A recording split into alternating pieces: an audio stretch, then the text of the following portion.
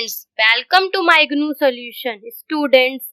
आज की वीडियो में हम डिस्कस करेंगे MPS 002 international relations theory and problems के चैप्टर 2 उदारवाद और नव उदारवाद उपागम यानी लिबरलिज्म एंड नियोलिबरलिज्म अप्रोचेस, जिसमें हम डिस्कस करेंगे उदारवाद क्या है, नव उदारवाद के बारे में डिस्कस करेंगे, उदारवाद की कौन कौन सी अवधारणा है यह डिस्कस करेंगे, कार्यात्मकवाद, नव कार्यात्मकवाद के बारे में डिस्कस करेंगे और लास्ट में हम देखेंगे भूमंडलीकरण के बारे में।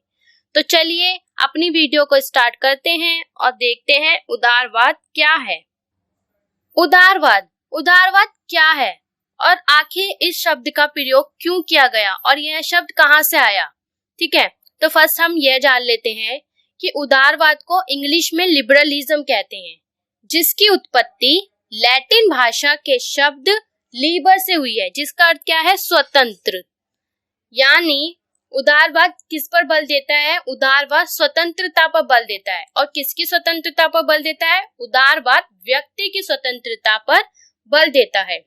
जो उदारवादी थे, उदारवादी व्यक्ति प्रेमी विचारधारा है, ठीक है, जो केवल स्वतंत्रता व अधिकार पर बल देती है, जो हमें किसके द्वारा प्राप्त होती हैं, जो हमें विधि के शासन के द्वारा प्राप्त होती हैं, लोकतांत्रिक प्रणाली के द्वारा प्राप्त होती हैं, स्वतंत्र चुनाव के द्वारा, न्याय व्यवस्था के द्वारा, ठीक है, न्याय व्यवस्था के द्वारा व्यक्ति को स्वतंत्रता व अधिकार जो है प्राप्त होते हैं। तो इस तरीके से जो उदारवादी है वह व्यक्ति प्रेमी थे और वह व्यक्ति की स्वतंत्रता व अधिकार की बात करते हैं। अगर हम बात करें कि उदारवाद का उद्भव क्यों हुआ, आखिर क्या कारण थे जिसके विरोध के लिए उदारवाद का उद्भव हुआ, तो सबसे पहले हम यह जान लेते हैं कि उदारवाद का आगमन सामंतशाही, जहां सामंतों का शासन था, राजशाही जहां राजा का शासन था, और पोपशाही जहां पोप का शासन था। यानी सामंतशाही, राजशाही, पोपशाही, इन तीनों व्यवस्था के खिलाफ एक विचारधारा के रूप में उदारवाद का आगमन हुआ। यानी जो तीन प्रकार की विचारधारा थी, यानी जो तीन प्रकार की व्यवस्था थी, सामंतशाही, राजशाही, पोपशाही, ठीक है, जिनके खिलाफ उदारवादी विचारधारा का क्या हुआ, आगमन हुआ। जो उदारवादी थे उन्होंने व्यक्ति को क्या माना, केंद्र बिंदु माना और व्यक्ति को प्रथम स्थान पर रखा, जबकि राज्य और समाज को दूसरे स्थान पर रखा। उदारवादी कहते हैं कि राज्य का प्रथम कर्तव्य व्यक्ति के हितों की रक्षा करना, यानी राज्य का प्रथम कर्तव्य क्या है कि वह व्यक्ति के हितों की रक्षा करे। उदारवाद हमेशा से ही संघर्ष को समाप्त करने पर बल देते हैं, यानी वह कहते हैं कि संघर्ष को समाप्त कर दिया जाए और समाज में शांति को बनाया रखा जाए, यानी शांति को कायम किया जाए। अब शांति को किस तरीके से कायम किया जा सकता है, तो शांति को नैतिकता के आधार पर कायम किया जा सकता है। तो उदारवादी कहते हैं कि समाज में नैतिकता के आधार पर सुधार करने की बात करते हैं। उदारवादी कहते हैं कि नैतिकता के आधार पर ही हम समाज में सुधार कर सकते हैं और शांति को बनाए रख सकते हैं। अगर हम उदारवाद की बात करें तो जो उदारवाद है उसकी उत्पत्ति यथार्थवाद के विरुद्ध हुई, ठीक है, यथार्थवाद के विरुद्ध उदारवाद की उत्पत्ति हुई। उदारवाद के जो प्रमुख समर्थक है वो क्या, उदारवाद के प्रमुख समर्थक जॉन लॉक है, ठीक है। जॉन लॉक अंग्रेजी विद्वान थे जिनको 17वीं शताब्दी का प्रथम उदारवादी चिंतक माना जाता है। जॉन लॉक कहते हैं कि नागरिक समाज और पूंजीवादी अर्थव्यवस्था में ही मानव की प्रगति संभव थी। जो जॉन लॉक है वो किस पर बल देते हैं, वो पूंजीवादी अर्थव्यवस्था पर बल देते हैं, ठीक है। अगर हम उदारवाद की बात करें तो उदारवाद को हम पूंजीवादी भी कहते हैं, जिसका प्रचार प्रसार अमेरिका ने पूरे विश्व में किया, ठीक है। इसमें व्यक्ति को सभी स्वतंत्रता व अधिकार दिए जाते हैं, ठीक है, जिसके आधार पर मानव की प्रगति संभव थी। ये कौन कहते हैं? ये जॉन लॉक कहते हैं। जॉन लॉक यह भी कहते हैं कि मानव की प्रगति उन राज्यों में फलते फूलते हैं जहां पर व्यक्ति की स्वतंत्रता की गारंटी दी जाती है, यानी व्यक्ति की जो स्वतंत्रता है वो सुनिश्चित की जाती है। जॉन लॉक कहते हैं कि जिस कंट्री की और जिस स्टेट की इकोनॉमिकल कंडीशन बेटर होगी, उसी कंट्री में मानव की जो प्रगति है वो संभव है, यानी जो मानव है वो अपना विकास पूर्ण रूप से कर सकता है, ऐसा जॉन लॉक कहते हैं। ठीक है, अब नेक्स्ट है हमारा उदारवाद की अवधारणा। अब यहाँ पर हम बात करेंगे उदारवाद की अवधारणा के बारे में। तो यहाँ पर हम 4 तरीके की अवधारणा के बारे में डिस्कस करेंगे। तो फर्स्ट है व्यक्ति प्राथमिक अंतरराष्ट्रीय अभिकर्ता होते हैं। जैसे कि मैंने अभी डिस्कस किया है कि उदारवादियों ने जो व्यक्ति है उसको केंद्र बिंदु माना, यानी उदारवादी एक व्यक्ति प्रेमी विचारधारा है। तो उदारवादी क्या कहते हैं व्यक्ति के संदर्भ में, तो उसको हम डिस्कस करेंगे। उदारवादी कहते हैं कि व्यक्ति जो है, व्यक्ति कार्यकलाप का केंद्र बिंदु है, यानी जितने भी कार्यकलाप है उसका क्या है, केंद्र बिंदु है, यानी व्यक्ति ही सबसे प्रमुख है जो सभी कार्यों में भाग लेता है और समाज में जितनी भी प्रगति होती है वह किसके कारण होती है, वह व्यक्ति के कारण होती है, ऐसा उदारवादी मानते हैं। अगर हम जॉन लॉक की बात करें कि जॉन लॉक क्या कहते हैं, तो जॉन लॉक कहते हैं कि राज्य का उद्देश्य व्यक्तियों की स्वतंत्रता की रक्षा करना है। जॉन लॉक क्या कहते हैं कि राज्य का उद्देश्य क्या है, राज्य का उद्देश्य यह है कि वह व्यक्ति की जो स्वतंत्रता है उसकी रक्षा करे, और व्यक्तियों की स्वतंत्रता की रक्षा करने के लिए राज्य विधि का शासन स्थापित करता है।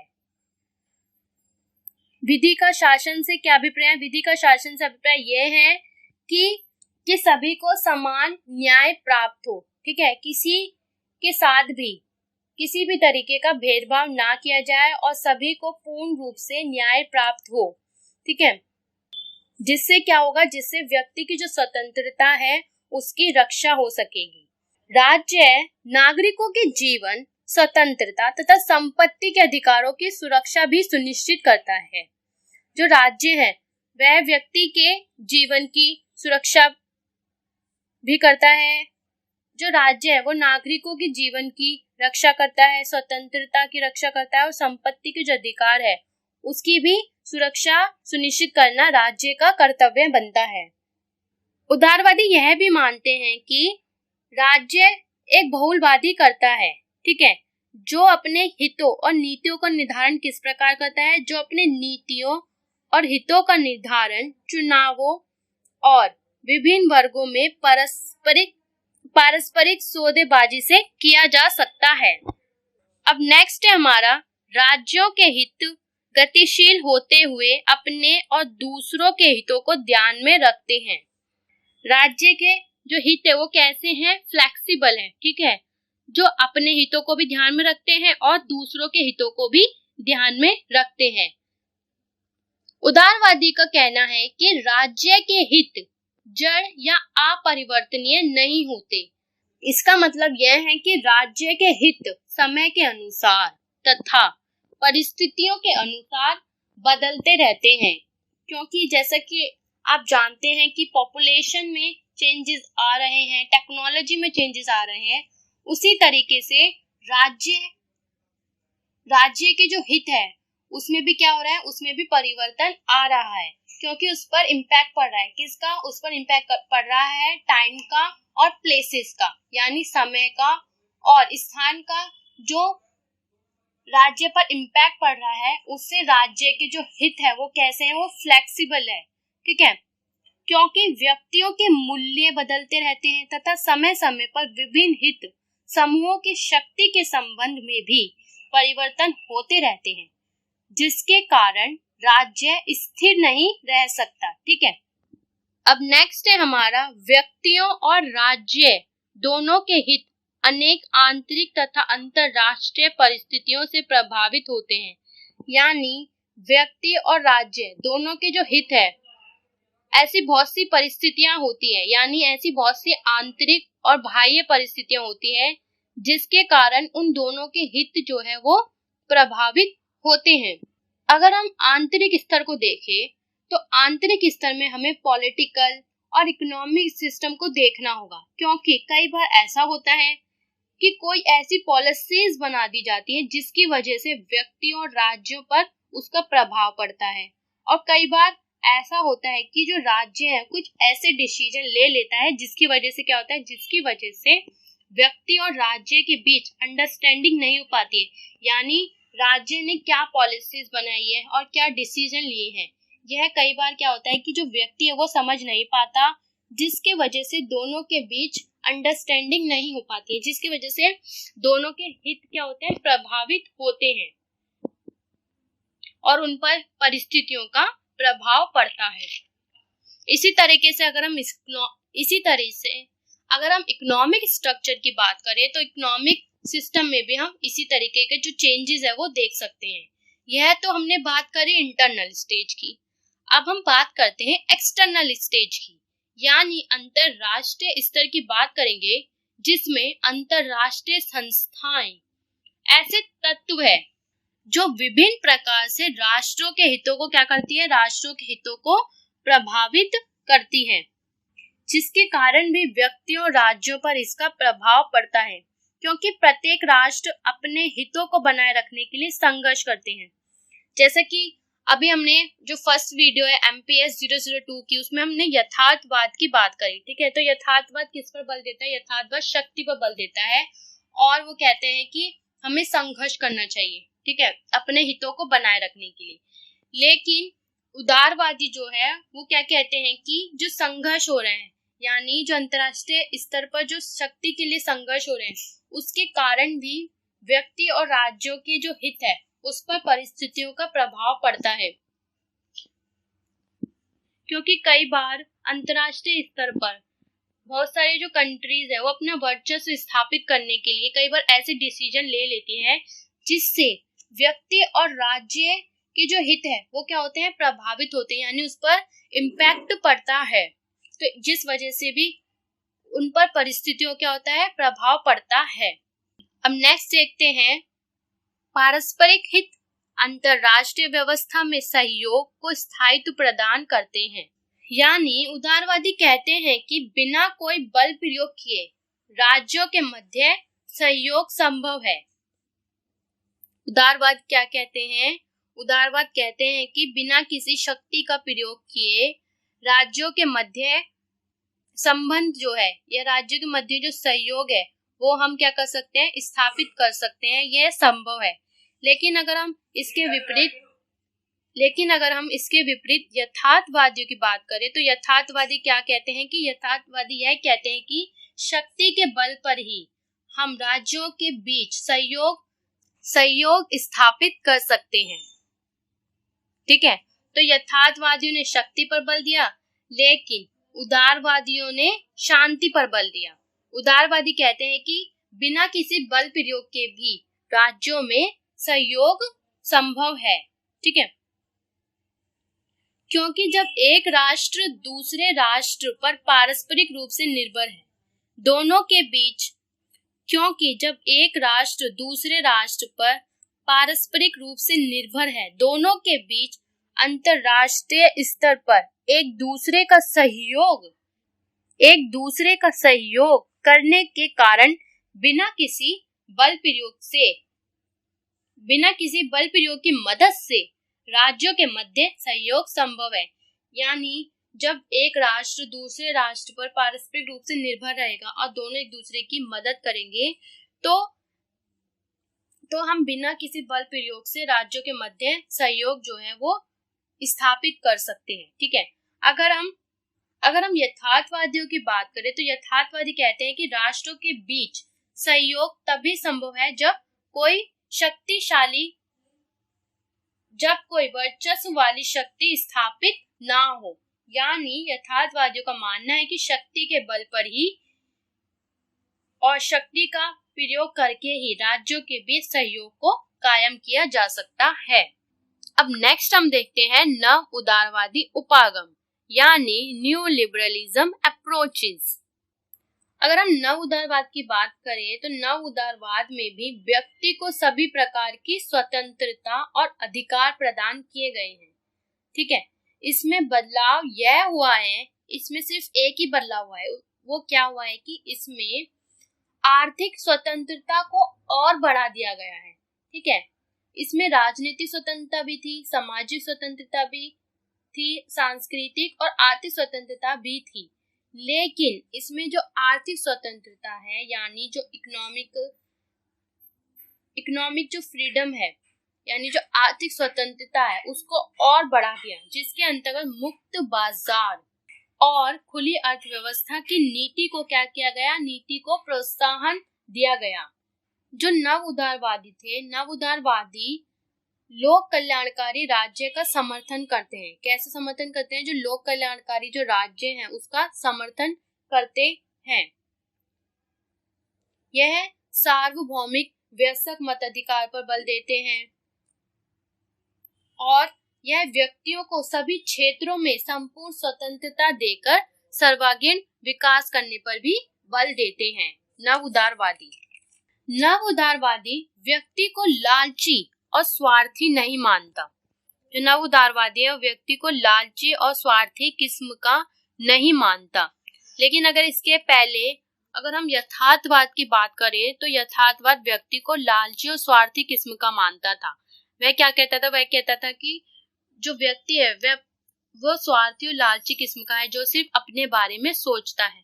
लेकिन इसके विपरीत अगर हम उदारवाद को देखें तो उदारवादी व्यक्ति को लालची और स्वार्थी किस्म का नहीं मानता, बल्कि यह व्यक्ति को विवेकशील और सहयोगी मानता है, जो एक दूसरे को सहयोग करता है यानी जो एक दूसरे की हेल्प करता है। ठीक है, नव उदारवादी यह भी मानते हैं कि अंतरराष्ट्रीय स्तर पर केवल झगड़े ही नहीं होते। जो नव उदारवादी वो कहते हैं कि अंतरराष्ट्रीय स्तर पर केवल राष्ट्रों के बीच झगड़े ही नहीं होते, बल्कि एक राष्ट्र दूसरे राष्ट्र का सहयोग भी करता है, यानी राष्ट्रों के बीच सहयोग की भी परिस्थितियां उपलब्ध है, जैसे वस्तुओं का आदान प्रदान, संस्कृति का आदान प्रदान, जो विभिन्न राज्यों में परस्पर विश्वास भी पैदा करती है। यानी नव उदारवादी कहते हैं कि जो व्यक्ति है, नव उदारवादी कहते हैं कि राष्ट्रों के बीच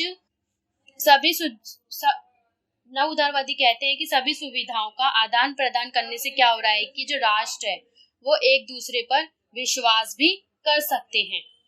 अब नेक्स्ट है हमारा कार्यात्मकवाद यानी फंक्शनलिज्म। फंक्शनलिज्म के जो प्रमुख समर्थक है वह कौन है? डेविड मिनेत्री। यानी फंक्शनलिज्म कार्यात्मकवाद के जो प्रमुख समर्थक है वो कौन है? डेविड मिनेत्री। डेविड मिनेत्री को कार्यात्मकवाद विचारों का प्रमुख समर्थक माना जाता है। मिनेत्री का क्या कहना है? मिनेत्री का कहना है कि बहुराष्ट्रीय संबंधों यानी अनेक राष्ट्रों के पास पारस्परिक निर्भरता के द्वारा शांति का मार्ग प्रशस्त किया जा सकता है। अगर अनेक राष्ट्रों में पारस्परिक निर्भरता होगी यानी वो एक दूसरे पर डिपेंड रहेंगे, जिससे क्या होगा? शांति का मार्ग प्रशस्त होगा। यानी कोई एक राष्ट्र इतना शक्तिशाली नहीं होगा कि भाई वो दूसरे राष्ट्र को कोई साधन या कोई संसाधन उपलब्ध ना करवाए। ठीक है, अगर सभी राष्ट्र एक दूसरे के साथ मिलकर वस्तुओं का आदान प्रदान होगा, ठीक है, तो इससे क्या होगा? उससे शांति को बढ़ावा मिलेगा और हम संघर्ष को कम करने में और संघर्ष को समाप्त करने में भी सफल हो पाएंगे। ये कौन कहते हैं? डेविड मिनेत्री कहते हैं। अगर हम देखें तो डेविड मिनेत्री के साथ साथ जोसेफ नाई, अर्नस्ट हास, जेपी स्वेल आदि विद्वान भी इस विचारधारा के प्रमुख प्रवर्तक माने जाते हैं। इन सभी ने भी अंतरराष्ट्रीय राजनीति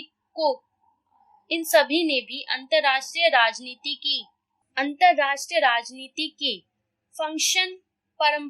फंक्शनल जो परंपरा है, कार्यात्मक जो परंपरा है, उस पर काफी योगदान दिया और कार्यात्मक परंपरा को ऐसे दर्शन के रूप में प्रस्तुत किया गया जो शांतिपूर्ण, एकीकृत तथा सहयोगी विश्व की स्थापना कर सके। यानी यह एक ऐसी व्यवस्था को कायम करना चाहते थे जिसमें शांति बनी रहे तथा सभी राष्ट्र एक दूसरे का सहयोग करें और सभी राष्ट्र मिलकर रहे। यह ऐसी विचारधारा या ऐसी विश्व व्यवस्था स्थापित करना चाहते थे जहां पर एक राष्ट्र दूसरे राष्ट्र की मदद करे और सभी राष्ट्र मिलकर रहे और जहां पर शांति जो है वो बनी रहे। ठीक है, यह विचारधारा यथार्थवादी विचारधारा की सबसे प्रमुख आलोचक है।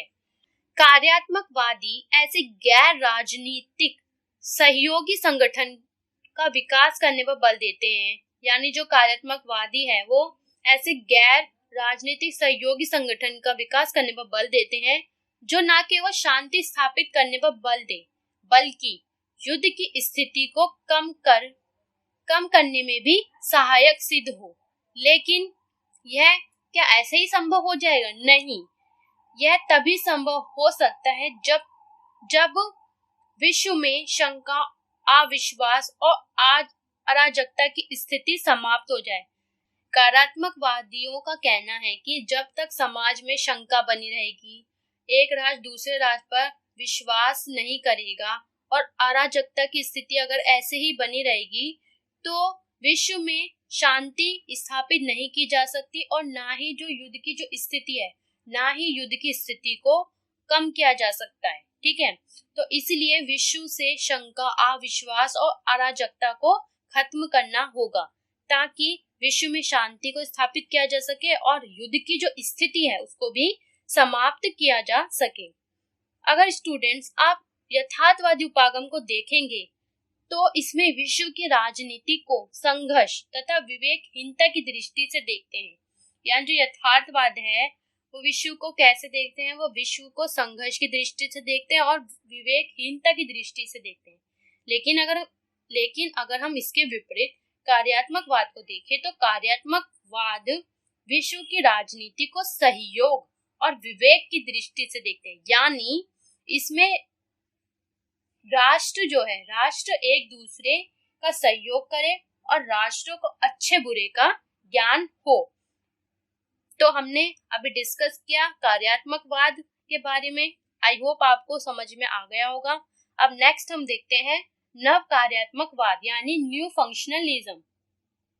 अब हम बात कर रहे हैं न्यू फंक्शनलिज्म की। तो न्यू फंक्शनलिज्म है क्या और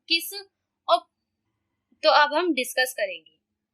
तो नव कार्यात्मकवाद क्या है इसके बारे में हम डिस्कस करेंगे। ठीक है, तो अर्नस्ट हास को न्यू फंक्शनलिज्म का प्रमुख प्रवर्तक माना जाता है। नव कार्यात्मकवाद इस बात पर बल देते हैं कि वर्तमान में जो राज्य हैं उनका एकीकरण किया जाए। यानी वर्तमान में जो राज्य उपस्थित है उनका क्या किया जाए? उनका एकीकरण करके नए राज्यों की स्थापना की जाए। यह न्यू फंक्शनलिज्म कहते हैं। न्यू फंक्शनलिज्म के जो प्रमुख समर्थक है हास, उनका कहना है कि एकीकरण राजनीतिक इकाइयों की स्थापना करने के लिए स्वैच्छिक परिणाम है। यानी अपनी स्वेच्छा से, यानी जो राज्य एकीकरण की प्रक्रिया में भाग लेना चाहते हैं वे अपनी स्वयं की इच्छा से भाग लेते हैं, उन पर किसी भी तरीके का दबाव नहीं डाला जाता। यानी मान लो कोई राज्य एकीकरण की प्रक्रिया में भाग लेना चाहता है तो उस पर किसी भी तरीके का दबाव नहीं डाला जाता। वो अपनी खुद की मर्जी से, अपनी स्वयं इच्छा से एकीकरण की प्रक्रिया में भाग लेता है और जिस भी राष्ट्र की इच्छा होती है वह स्वयं ही अपनी शक्ति का त्याग करता है और राज्य एक दूसरे के साथ मिलकर समस्या को सुलझाने और संघर्ष से निदान के लिए नई तकनीकों को अपनाते हैं। अब देखते हैं कि जोसेफ नाई का क्या कहना है। जोसेफ नाई कहते हैं कि राज्यों को अपने संसाधनों का मिलकर उपयोग करना चाहिए। जोसेफ नाई यह कहते हैं कि जो राज्य हैं उनको जितने भी संसाधन हैं उसका मिलकर प्रयोग करना चाहिए। अगर राज्य ऐसा करते हैं तो उससे समाज में शांति बनी रहती है और समृद्धि का जो मार्ग है वो प्रशस्त होता है। मान लो कोई एक राष्ट्र है, ठीक है, वो संसाधनों का प्रयोग अकेला ही कर रहा है और राष्ट्रों को और देशों को उसमें भागीदारी नहीं बना रहा है, तो उससे क्या होगा, उससे समाज में, उससे राष्ट्र में संघर्ष की स्थिति पैदा होगी। ठीक है, तो इसलिए जोसेफ नाइक कहते हैं कि जितने भी संसाधन है उसका सभी राष्ट्र मिलकर उपयोग करें, जिससे समृद्धि और शांति का मार्ग प्रशस्त हो। अब नेक्स्ट हम देखते हैं, नेक्स्ट और लास्ट टॉपिक है हमारा भूमंडलीकरण अवधारणा। अब इसमें हम ग्लोबलाइजेशन के बारे में डिस्कस करेंगे कि ग्लोबलाइजेशन है क्या। अब हम पहले भारत के बारे में डिस्कस कर लेते हैं कि 1991 में भारत में भूमंडलीकरण की नीति को अपनाया गया, यानी जो ग्लोबलाइजेशन है उसकी नीति को अपनाया गया। अगर हम इससे पहले की बात करें तो भारत में बंद अर्थव्यवस्था थी, यानी क्लोज्ड इकोनॉमी थी, यानी हम बाहर के देशों के साथ किसी भी प्रकार का आदान प्रदान नहीं कर सकते थे, यानी हमें जो भी वस्तुओं का आदान प्रदान करना है वो सिर्फ अपने ही देश में रहकर करना है और अपने ही देश में करना है। ठीक है, हम किसी भी अदर कंट्री से वस्तुओं का एक्सपोर्ट और इंपोर्ट नहीं कर सकते थे। लेकिन 1991 के बाद जब नई सरकार बनी तो उसने बंद अर्थव्यवस्था के स्थान पर खुली अर्थव्यवस्था को प्रोत्साहन दिया, जिसके द्वारा बाहर के देश भारत से वस्तुओं का आदान प्रदान कर सकते थे और भारत भी अन्य देशों के साथ क्या कर सकता था, वस्तुओं को एक्सपोर्ट और इंपोर्ट कर सकता था, यानी आदान प्रदान कर सकता था। तो हम यह कह सकते हैं कि जो भूमंडलीकरण की जो अवधारणा है, यानी जो ग्लोबलाइजेशन का बेसिकली मीनिंग क्या है कि free flow of good and services, यानी गुड और सर्विसेज का फ्री फ्लो होना। ठीक है, वैश्वीकरण एक ऐसी प्रक्रिया है जिसके रूप में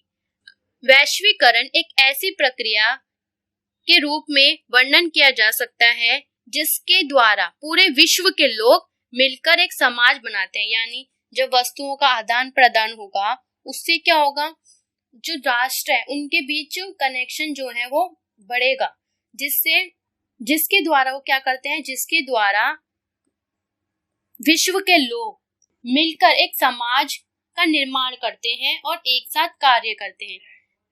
क्योंकि जो विदेश की जो कंपनियां हैं वो भारत में आकर व्यापार कर सकती थी। ठीक है, जिसके कारण क्या हो रहा था, जिसके कारण लोग जो है एक समाज बनाते हैं। जो भूमंडलीय विचारक है, भूमंडलीय विचारकों का विश्वास है कि विश्व के समक्ष उपस्थित सभी समस्याएं भूमंडलीय प्रकृति की है, यानी जो भूमंडलीय विचारक है वो जितनी भी समस्या है उसको कैसा मानते हैं, उसको भूमंडलीय प्रकृति का मानते हैं। वो कहते हैं कि इन समस्याओं की तीव्रता और गंभीरता में अंतर हो सकता है।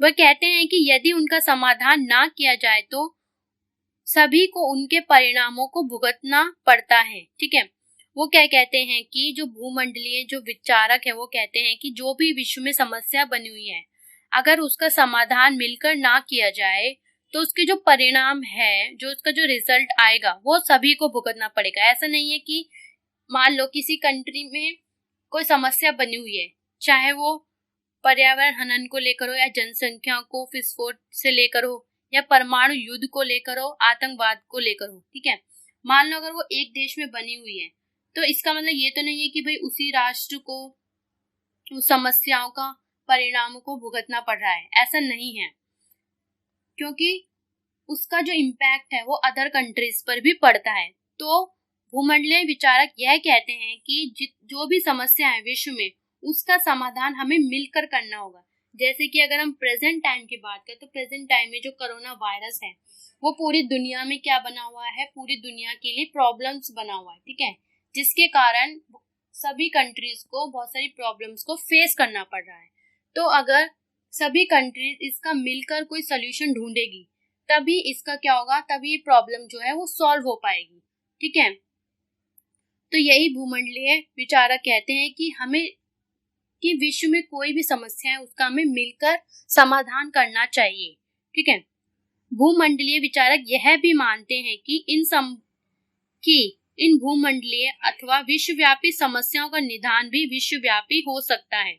यानी जो भी समस्या बनी हुई है उसका समाधान भी विश्वव्यापी हो सकता है। ठीक है, जैसे कि मैंने अभी आपको एग्जांपल देख के बताया। ऐसा इसलिए है क्योंकि इन समस्याओं के समाधान के लिए जिन संसाधनों की आवश्यकता है वह किसी एक देश, क्षेत्र या समुदाय के पास उपलब्ध नहीं है। कोई भी समस्या है उसका समाधान करने के लिए ऐसा तो नहीं है कि भाई उसी कंट्री में वो सारे संसाधन उपलब्ध हो जिससे वो समाधान कर सके उस समस्या का, ऐसा नहीं है। ठीक है, तो वो अदर कंट्री से हेल्प मांगता है। तो इसलिए भूमंडलीय विचारक यह कहते हैं कि जो भी समस्या है, ठीक है, उनका समाधान करने के लिए सभी राष्ट्रों को एक साथ मिलकर कार्य करना चाहिए और एक साथ मिलकर योजना बनानी चाहिए ताकि उस समस्या से जल्द ही निपटारा। वह कहते हैं कि न केवल वित्तीय तथा भौतिक संसाधनों को समस्त भूमंडल से एकत्र करना होगा, परंतु मानव संसाधनों की निवेश करना, समन्वय करना भी जरूरी है, ऐसा भूमंडलीय विचारक कहते हैं। तो स्टूडेंट्स, आपने यहाँ तक देख लिया कि किस तरीके से मैंने आपको समझाया है। आज की वीडियो में बस इतना ही। आई होप आपको ये वीडियो जरूर पसंद आई होगी। स्टूडेंट्स, आप नेक्स्ट वीडियो किस टॉपिक पर चाहते हैं या आप मुझे कमेंट करके बता सकते हैं कि मैं जल्द ही आपके लिए एक और वीडियो लेकर आऊं। Thank you for watching. Bye bye.